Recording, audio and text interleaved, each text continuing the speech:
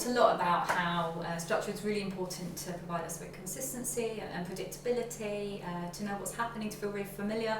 But one of the things that often people find really difficult is you put that structure in place. So for example, you say that the next thing we're going to do is go to the pub.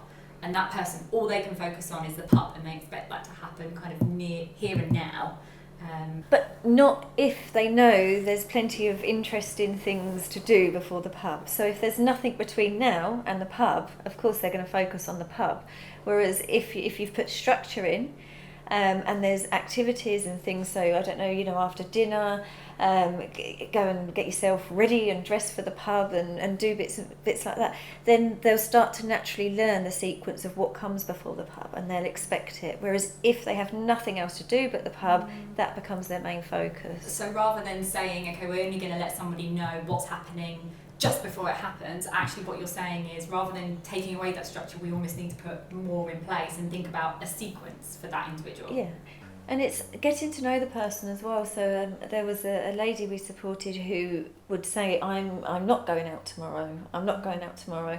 And the worst thing a staff member could do, or a support worker could do, would be to say, oh, okay, we're not going out. What she wanted was for somebody to say, yes, you are. It was that reassurance, yes, you are going out. And so, because sometimes people are like repetitively asking about something, they're seeking reassurance, or checking whether the support that they're going to receive is the support they're expecting, rather than rejecting the actual kind of thing itself.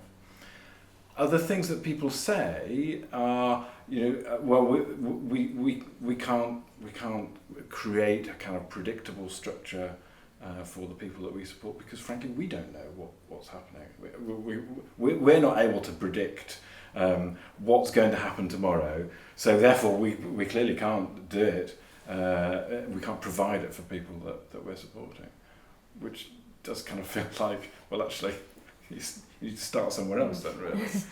I think also sometimes people worry if we shouldn't be making a promise about what's going to happen, which is what a predictable structure is. It's a promise of future events, and it's almost like we can't guarantee that'll happen.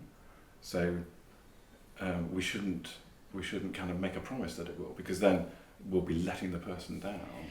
But if 9 times out of 10 it's happening, yeah, and you're having 9 out of 10 good days, yeah, and then it's just that one day that you can't predict what's going to happen, surely it's better to have those 9 days than 10 really bad days. And it's almost having those contingency plans, and actually if the rest of the sequence is familiar to them and they know what to predict, and actually one of those things is different, actually you can think about how to introduce that.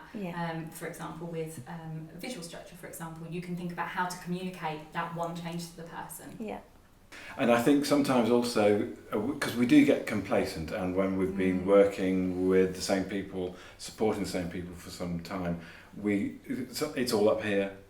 So like we kind of, in those circumstances, we feel like we don't need anything else. We know these people really well, but I think there's probably at least a couple of problems with that. One is that actually we're not going to be there forever, and the other is that we might feel that's the way it is, but actually that's not the reality as it's experienced by people that we're supporting. That actually we might feel that it's a really kind of solid, routine, predictable structure, but actually that's not what it looks like in reality.